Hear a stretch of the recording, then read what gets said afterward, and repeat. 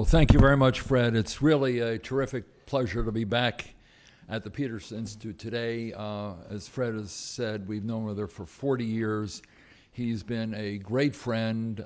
He's been a wonderful mentor. And as he said, he was my first boss. And I owe everything to Fred, because without Fred having made that phone call and hired me, I never would have gotten the job in the NSC and had the opportunity to work in the government then, and probably not now as well. So I want to thank you very much, and also thank you for the work you've done in building this institute into something that is really terrific.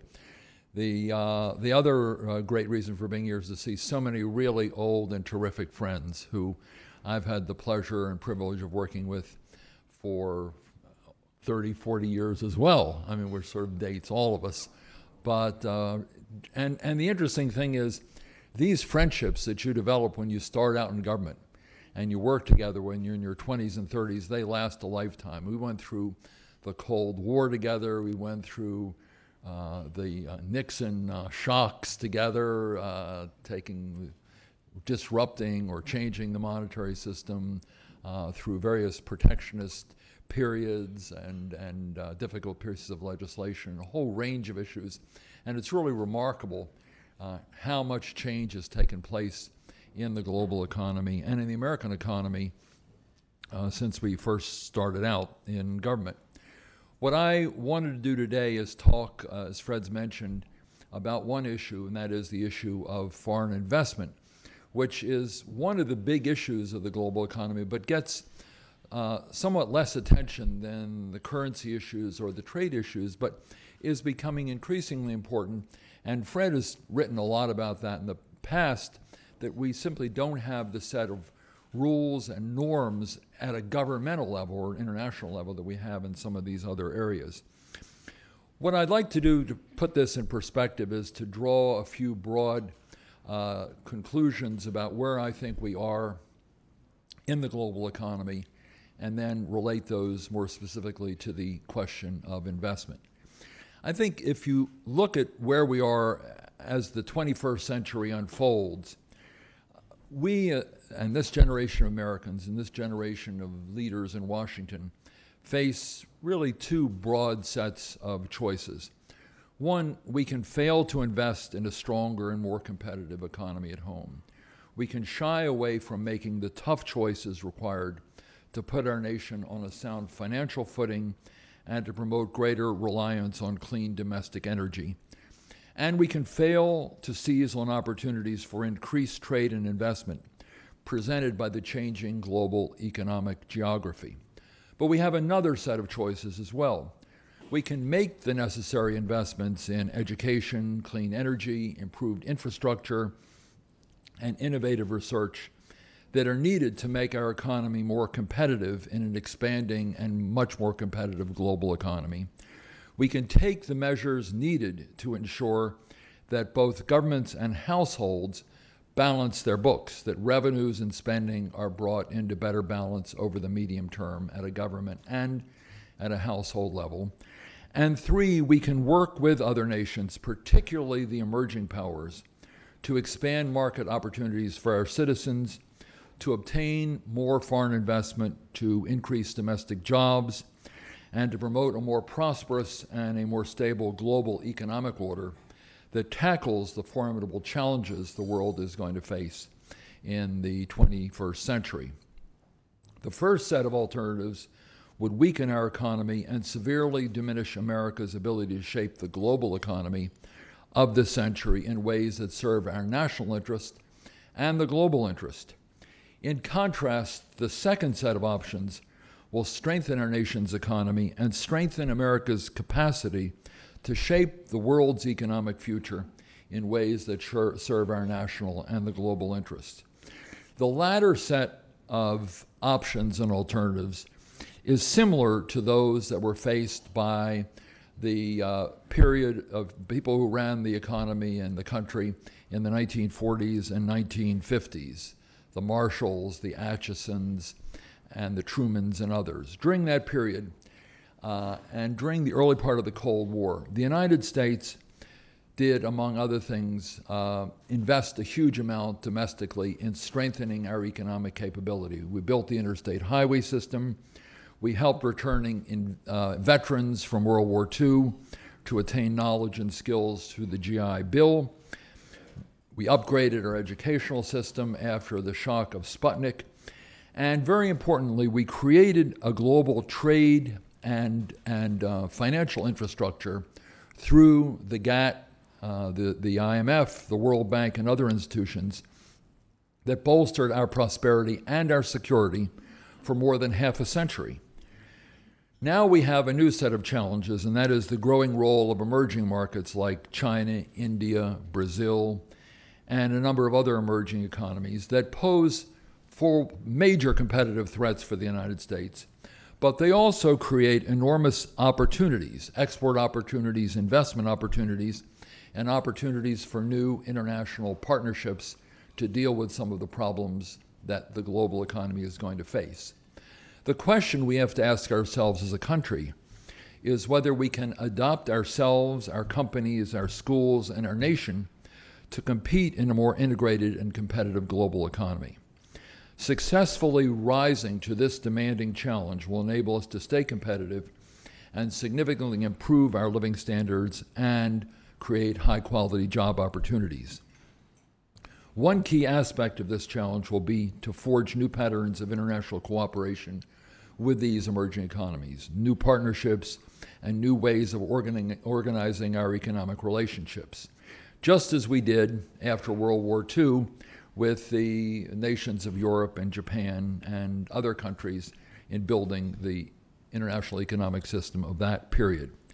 One way of looking at how much more dependent the United States is on this system relates, at least in a personal way, to the time that Fred and I and some of us came into government years ago.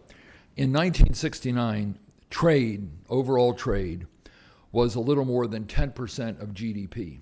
Today it is over 25% of GDP. This is two-way trade. Foreign investment in the United States at the time, foreign direct investment, was less than 1% of overall investment. In the past several years, it's been on the average around 10 or 11%. So the United States is a lot more dependent on the global system. Needless to say, our financial system is more dependent on the global system. Virtually everything we do is more dependent on the global economic system. And the stability of the global economy, therefore, is increasingly important to us. And to create the kind of stability we need, we can't simply have the same partners we used in the 1970s and 80s and 90s, which were primarily the G7. We have to engage in a wide range of other kinds of partnerships and other institutions to make sure those partnerships achieve the kinds of goals that we and they would like.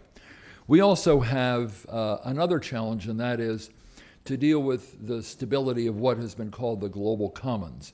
That is the sea, the air, the space, the communications, the internet linkages that are the sinews of the global system that hold the system together. And the only way we can do that is to work with these same countries, with the same group of countries, to ensure that this global system of communication and transport remains open, market-oriented, and smoothly functioning. And as the U.S. endeavors to both grow our economy and bring our deficits under control, we increasingly need to employ smart diplomacy, which means engaging with others to pursue our common aims. We'll need robust partnerships with these other nations, traditional allies, and emerging economies who have an interest in making common cause with us and leveraging scarce resources and expertise. And we'll also need the sophistication to realize that our interests quite often may converge in one area while they diverge in others, and therefore we must be able to take advantage of the former while minimizing the disruption of the latter. Let me talk a little about some recent experiences and how capital flows have changed and how those changes have changed the nature of the international investment system. I've recently returned from a long trip to both China and India.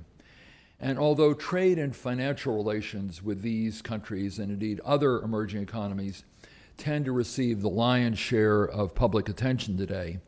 I think one of the things that's interesting and new and increasingly important to us is the area of foreign direct investment and the role countries, particularly China, are playing in foreign direct investment, because they are becoming a driving force in this area. India is to a degree, South Korea and some others, but China is the main one. But it's a broader set of concepts that we need to deal with. As the companies of these countries, these large emerging countries, play a greater role in overseas investment, the need for a consistently applied set of principles and rules will become more and more pressing. This issue provides an excellent example both of why it is so important to engage these powers bilaterally and in global institutions, and why the United States is going to have to exercise strategic leadership in order to do this. Investment's clearly only one of the important issues facing the global economy, but it presents an opportunity to integrate the rapidly growing emerging market economies into the international economic system in a way that trade alone cannot. Investing in another economy creates familiarity with its culture and institutions and gives the investor a major stake in that country's success. As the companies of emerging economies benefit from a rules-based system and a level playing field abroad, we expect them to press their governments at home to support similar policies in their countries. Moreover, if that does not occur, if foreign companies do not have a level playing field in other countries, many of their companies are going to encounter resistance to their enjoying such opportunities in the United States and in other markets. In March, I had the opportunity to address the United States Council for International Business, where I discussed the importance of global growth and how foreign investment plays a major role in that growth.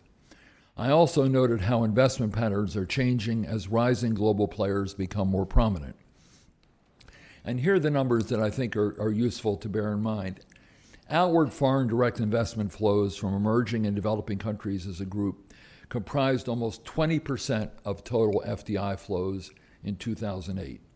Their stock of overseas investment amounted to nearly $2.7 trillion, more than 3 times the figure only a decade earlier. In 2008, Brazil, Russia, India, China, and South Africa contributed almost 10% of world investment outflows, a huge leap compared to their contribution only one decade ago, which was only 1%. We recognize the importance of these new players, and we welcome their cooperation to maintain a system that is both open and fair. All of us share an interest in their adherence to a set of basic investment principles that have proved very valuable over time. And these include, 1, opening more of their economic sectors to foreign investment. 2, fair, equitable, and non-discriminatory treatment of foreign investment. 3, predictable regulatory and legal environments. 4, accepting investor-state arbitration. These are only a few, but they're very important sets of principles that have worked quite well for other countries and other companies over the decade. Today, the United States is the world's largest recipient of foreign direct investment. In 2008 alone, we received $320 billion in FDI flows, contributing importantly to the total foreign investment and domestic investment combined in that year of $2.1 trillion. Although inward FDI dropped sharply in 2008 during the recession, it's begun to pick up again this year. Most of this investment still comes from the advanced economies, but as outward investment from emerging economies continues to grow, we would expect them to become more and more significant players in our investment market. There are a number of reasons why foreign investors are attracted to the United States. 1, proximity to the American consumer. 2, our adoptable economy. 3, a well-established and consistently enforced system of laws that relate to the corporate sector. 5, a minimum of government intervention in the economy. 6 is our skilled workforce. And finally, the spirit of innovation and internal competition that's very important to the strength of our economy. But it's important that we continue to emphasize and to maintain these strengths, because international investment is a key component of our domestic growth. But it's also the case that there's more and more competition for that foreign investment. We have to realize, one, that it's important that we continue to maintain an open environment, both from a legal point of view and from the point of view of the perception of others, to ensure this investment continues. Foreign investment today accounts for 5.5 million American jobs, and foreign invested companies account for about 20%, nearly 20% of American exports. So continuing that inflow is extremely important. That means that the United States needs to be very proactive in an environment where other countries are very proactive in attracting foreign investment. I was just in France and Germany, and they have major programs that involve several hundred people whose only job it is to go around the world and attract investment from other countries. One area where I think foreign investment can be particularly important in a more immediate sense, in addition to foreign direct investment from companies, relates to a speech that President Obama gave in Milwaukee on Labor Day, and that is he proposed establishing an infrastructure development bank to leverage federal dollars and focus on what he called the smartest investments. This is a powerful idea that can produce enormous benefits for Americans in terms of jobs, modernized infrastructure, and a more efficient economy. And we need to keep up with other countries with respect to our infrastructure, as you see when you go to China and many other countries. If structured correctly, this bank could bring in hundreds of billions of dollars of investment from abroad to support American infrastructure from investors around the world eager to buy bonds in this kind of institution. And this provides another opportunity to take advantage of changes that have taken place in the global economy, as increasingly many of these emerging economies are major capital exporters. In short, in this area and many others, inward foreign investment to the United States can and does serve America's economic interest. One area of investment policy that I feel compelled to mention, because it creates a lot of misunderstanding, relates to that of the issue of national security. Like other countries, the United States has policies to screen investment if there are national security implications attached to that investment. CFIUS, that many of you are familiar with, has the authority and the tools necessary to protect U.S. national security interests, and it does so very effectively. But in areas where there are no national security issues, which is the vast majority of foreign investment, the open investment policy that the United States maintains is very attractive to foreign investors and allows American citizens to benefit substantially from growth and job creation. In fact, the State Department, working with the Commerce Department, has been very active around the world through our embassies and working with governors in various states to attract investment from other countries. And for the most part, this investment does not have national security implications and comes in a very smooth way without having to go through that process. I'd now like to turn to some specific challenges of the global investment environment and the rules that relate to investment, so that we can think a little bit about how the global system needs to change to make sure that there is a level playing field and fairness in this area. Some of you will recognize that this is an age-old problem, that we've been talking about international investment rules for quite some time. But I think that the rise of these emerging economies, and in many cases their different approach to investment, poses new challenges that require us to take a new look at what the rules and common practices ought to be. One of the purposes of my trip to China was to engage both at the multilateral level, and there was an OECD conference called the World Investment Forum that did this, as well as bilaterally with the Chinese and others to discuss some of the new challenges that are arising from the increasing role of emerging economies in FDI. And let me raise a few of these challenges because they do pose interesting issues. Ted Moran has written a lot about these, and I've actually learned a lot from what he's had to say and write. And a number of people here have been doing a lot of thinking. Fred's been thinking about these issues for a number of years. So to some of you, I'm preaching about issues that you've dealt with for decades. But let me go through a few of them and at least raise a few of the challenges they pose. One is the growing role of state-owned enterprises and sovereign wealth funds and their impact on the global competitive landscape. Some state-owned enterprises may be motivated by strategic as well as economic considerations. And in most cases, in these areas where there are big state enterprises, the government has vested interest in the success of these firms. This raises concerns about potential distortions from government ownership. It also raises concerns that an uneven playing field created by both direct and indirect government benefits to SOEs will inhibit competition and innovation. The principle known as competitive neutrality, which has been put forward by Australia and has been discussed in the OECD, suggests an approach to address these challenges.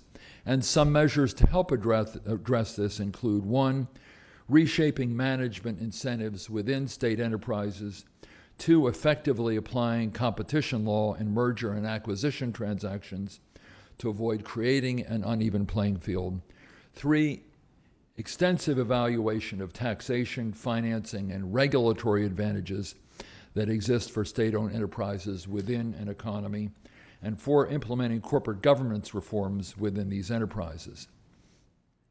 Another important investment challenge concerns innovation and intellectual property protection. Questions are arising about national and even local policies to promote innovation by domestically based firms using discriminatory or exclusionary methods and government procurement tests that adversely affect foreign-owned firms. And here, I'm primarily referring to China's policy of indigenous innovation. For the United States, protecting intellectual property is a core national economic interest. Discrimination against or exclusion of the products of foreign companies on the basis of where technology was developed or the nationality of who holds the patents are harmful to American companies and also harmful to the country that imposes these restrictions because they make firms less eager to engage in cross-border innovation procedures and joint research projects. As emerging economies develop their own innovative technologies, they will need fair treatment abroad for their own companies. That means they must practice it at home as well. I made these points repeatedly during my visit to China. I'll talk a little bit more about China in a few minutes. When a constructive dialogue with China or with any other country does not succeed, or when rules or norms are violated, we must work together with other industrialized countries, the EU, and others, to assert our legal rights and our economic interests. Corporate social responsibility and investor credibility is also growing in importance as nations attract foreign investment from a more diverse array of sources. The OECD is updating its guidelines for multinational enterprises to reflect current challenges, and it has recently issued revised recommendations for combating bribery of foreign public employees. We continue to encourage non-OECD countries, particularly the large emerging economies, to accede to the OECD Anti-Bribery Convention. And we're also going to be discussing this in much greater detail in the Group of 20 in the meetings that will take place in Seoul. Discussions are also underway with respect to possible guidelines on conflict minerals, which also involve a similar set of issues. Then there's the broader cooperation of anti-corruption, and that has been an issue that was raised at the Pittsburgh Summit. It's an issue, again, that will be discussed at the G20. There's a working group on this. The Koreans are very actively pushing this issue, and the question is what role the G20 can make in trying to develop a common set of norms for countries to deal with the question of corruption in international business practices. We're looking for more and more ways of engaging G20 emerging markets on many of these issues, and we think that the G20 and OECD outreach and a number of other groups are ways of achieving this. Another challenging issue relates to competition for natural resources. Firms owned by governments or acting in their behalf are playing a greater role in global natural resources investment and trade. Ted Moran's research suggests that some investments can actually expand supplies and competition, while other types can limit competition and distort markets. I raised this issue when I was in China, and many people came up asking for references to Ted's work. So if his book sales go up, you'll know where to send the royalties, Ted. The United States and other developed countries need to work closely on these issues in the OECD and in UNCTAD, and greater collaboration between these two institutions that are focusing on such issues is going to be beneficial, because we're in the middle of a world in which the practices of these countries are evolving. Either they're going to move more toward global norms, or they'll establish norms of their own. And I think it's up to us using these institutions to try to engage them in a more effective way. I made a similar set of points in my conversations in China, and that's where I want to focus my remarks for the next couple of minutes. The bilateral challenge of China on this front is particularly important. As I noted earlier, investment is one of many issues that are important to U.S.-China relationships, but the issues are beginning to grow in significance. The Obama administration is engaged in a number of institutions and a number of bilateral discussions with the Chinese. We have the Strategic and Economic Dialogue, the U.S.-China Investment Forum, the Joint Commission on Commerce and Trade, and we have a dialogue with the National Development and Reform Commission, the NDRC. We've encouraged China to work toward a more transparent, open, and fair business environment domestically. We're going to continue to encourage China to allow fair and transparent access to their markets for foreign goods, services, and investments, and for goods and services and products made by foreign companies operating in China. Separately, we're utilizing our investment forum with China to conduct regular high-level discussions regarding these issues. My colleagues in Treasury, Commerce, USTR, and myself engage with the Chinese in this forum on a regular basis. We're also consulting with members of the U.S. business community who've invested in China because, as practitioners, they often have a better understanding of these investment policies and practices and how to deal with them than governments do. Some members of the U.S. business community believe China may be growing less receptive to foreign investors and their products than has been the case in the past, and we're working with them to identify the specific sources of their concern and figure out how we can address them. We're also looking forward to engaging China on the subject of its investments in developing countries. We want to avoid misunderstandings and to encourage Chinese companies to operate in a manner consistent with international practices in regard to corporate responsibility and avoidance of nationalistic practices in such areas as raw materials. Chinese investments in emerging economies have the potential to make valuable contributions to development in a wide range of countries in the right circumstances. And we believe that they will want to be responsible investors to ensure a receptive attitude for their investments in other countries over the longer term.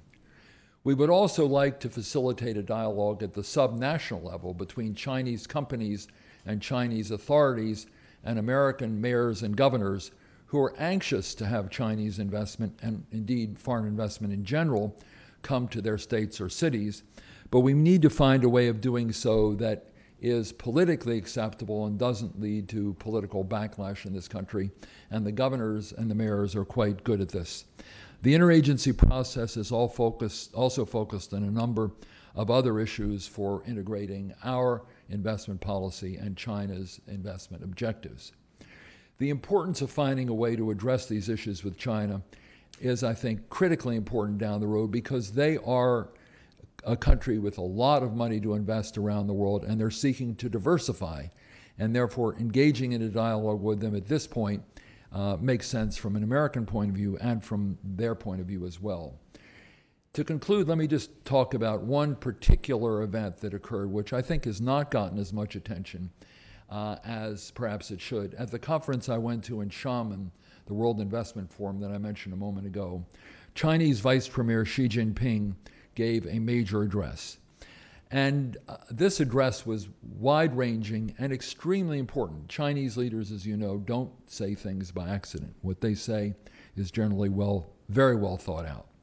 Vice President Xi spoke of the need to depoliticize bilateral trade, noted that China is seeking to improve its IPR protection, and discussed China's openness to foreign investment and its commitment to treat foreign and Chinese companies equally, particularly with respect to indigenous innovation.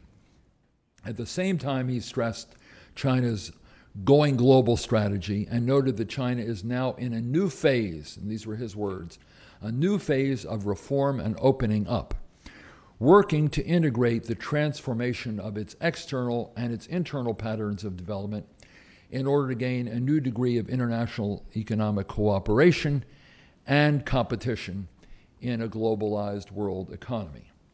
It is important that we explore in greater depth what these statements actually mean and whether they do in fact open new opportunities and clarify some of the concerns that the United States government and American companies had about Chinese policy.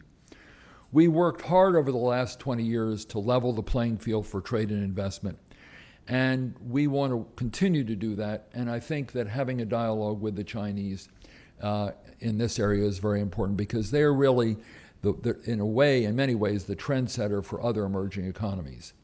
We obviously cannot force China to adopt any particular set of policies or standards regarding regulation of foreign investment or of standards that relate to corporate behaviors. But if the United States, Japan, and others lead by example and remain committed to the principles I described earlier in this talk, we will be in a strong position to convince China that it is also in their interest to accept conventional principles, conventional international principles with respect to investment. And it's particularly important that we encourage China to join the WTO's Government Procurement Code, which would help, again, to standardize the way they address a number of these issues internally so that government procurement in China does not discriminate against foreign products, either products made in China or foreign products imported into China. We need to maintain this dialogue in China's own interests because increasingly, as its companies export abroad, as its companies invest abroad, as its companies develop new intellectual property, they want their companies to be treated on a level playing field abroad. If they want that, then they must grant the same privileges to American companies and American products operating in China. Let me just conclude on one note that relates to perhaps what may appear to be a different subject, but is very much the same because it takes us back to where we were, where I started this conversation. Just a couple of days ago, I was in Bremen, Germany for the 20th anniversary celebrations of German unification. And I was reflecting how Americans in the 1940s and 1950s, the early post-World War II era, Europeans and Americans together came together and had the vision to focus on the global recovery, the recovery of Europe, and the establishment of new global institutions such as GATT, IMF, World Bank. And they've been the linchpin of global growth and global stability and global security since the early 1950s. Given the enormous changes underway in the global economy, we need to devote the same degree of energy and the same degree of imagination to figuring out now how we integrate these new emerging economies into the global system, and especially at a time when the new international economic geography is changing very dramatically. We can't just do it with the United States and Europe and Japan this time, although they obviously have to be very important partners. We need other partners in China, India, Russia, Brazil, South Africa, South Korea, and other countries. And I think the key from our point of view now, from an American point of view, is to be as imaginative as we can in developing these kinds of relationships and looking at the challenges the global economy is going to face, not just now, but over the next 15 or 20 years, and figuring out a way in which we can work with these countries to utilize the current institutions more effectively. And we need definitely to make sure that the IMF, the World Bank, and the WTO remain vibrant and important institutions because they're at the center of the global economic system. But we also have to figure out ways of dealing with a wide range of new issues or issues that we have not quite agreed on general norms. Investment is one of them. So I think as we in the State Department look out on the world, there are enormous challenges. But if we work properly with these countries and we convince them that it is in their interest to work with us to shape the global system, to make sure it's stable and effective and open, then I do think we have a chance of succeeding. Thank you very much.